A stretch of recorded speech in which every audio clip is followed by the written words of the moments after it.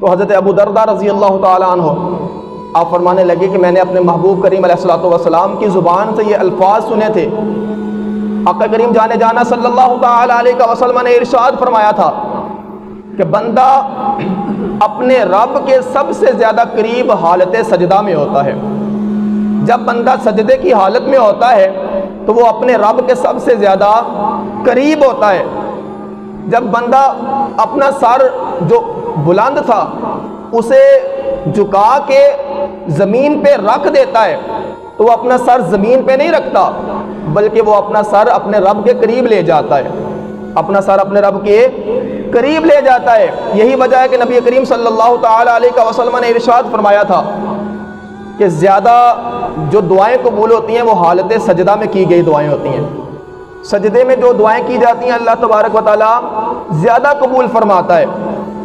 حضرت ابو ذر غفاری رضی اللہ تعالیٰ عنہ آپ سے مروی ہے، آپ فرماتے ہیں کہ اے لوگوں کبھی بھی سجدہ نہ چھوڑنا، کبھی بھی سجدہ نہ چھوڑنا. عرض کی گئی یا حضرت اس کی وجہ کیا ہے؟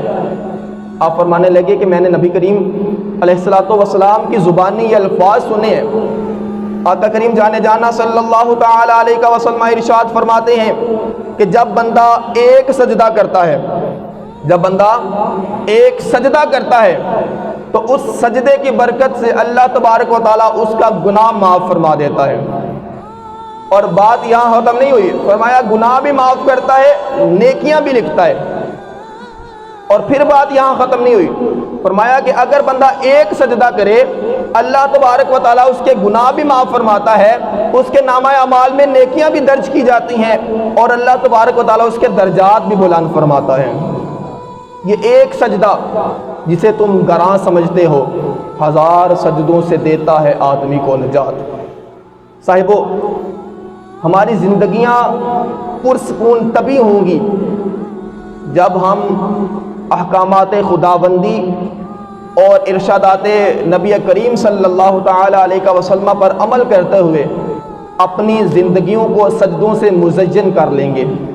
بلکہ ایک اور حدیث مبارکہ اسی ضمن میں حضرت ربیعہ بن کعب رضی اللہ تعالی عنہ آپ سے روایت آپ فرماتے ہیں کہ میں نبی کریم صلی اللہ علیہ وسلم کو وضو کروایا کرتا تھا. کیا کرواتے تھے؟ وضو کرواتے تھے. بولیں ذرا، کیا کرواتے تھے؟ وضو کروایا کرتے تھے. آپ فرماتے ہیں کہ نبی کریم صلی اللہ تعالی علیہ وسلم کا دریائے رحمت جوش میں آیا. فرمانے لگے اے ربیعہ مانگو، کیا مانگتے ہو؟ مانگو، کیا مانگتے ہو؟ عطا کیا جائے گا. آپ فرماتے ہیں پھر میں نے جو مانگا وہ سب سے نرالا، سب سے قیمتی مانگ لیا.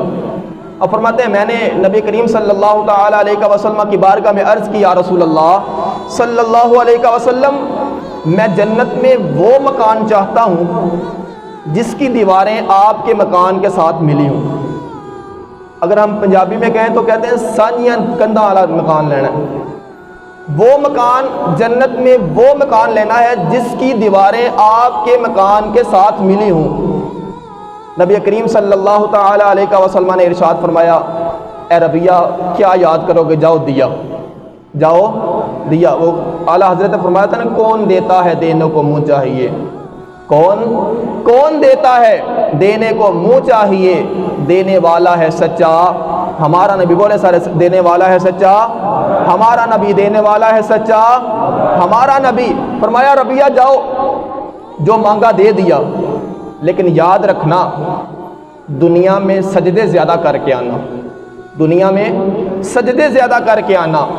احباب ذی وقار، اس حدیث مبارکہ سے یہ بھی پتہ چلا کہ نبی کریم صلی اللہ تعالی علیہ وسلم ارشاد فرما رہے ہیں کہ لوگوں اگر جنت میں میرا قرب چاہتے ہو، جنت میں میرا پڑوس چاہتے ہو، میرے نیڑے ہونا چاہتے ہو تو دنیا میں سجدے زیادہ کر کے آنا. کیا کر کے آنا؟ کیا کر کے آنا؟ سجدے زیادہ کر کے آنا. اور یہاں المیہ یہ ہے کہ نوافل تو دور، ہم فرض نمازیں بھی نہیں پڑھتے. صاحبو، یہ ایسا عمل ہے جو باپ بھی کرے اور بیٹا بھی کرے تو پھر دونوں بچیں گے. یہ نہیں ہو سکتا کہ باپ بیٹے کے نام کی پڑھ لے یا بیٹا باپ کے نام کی پڑھ لے.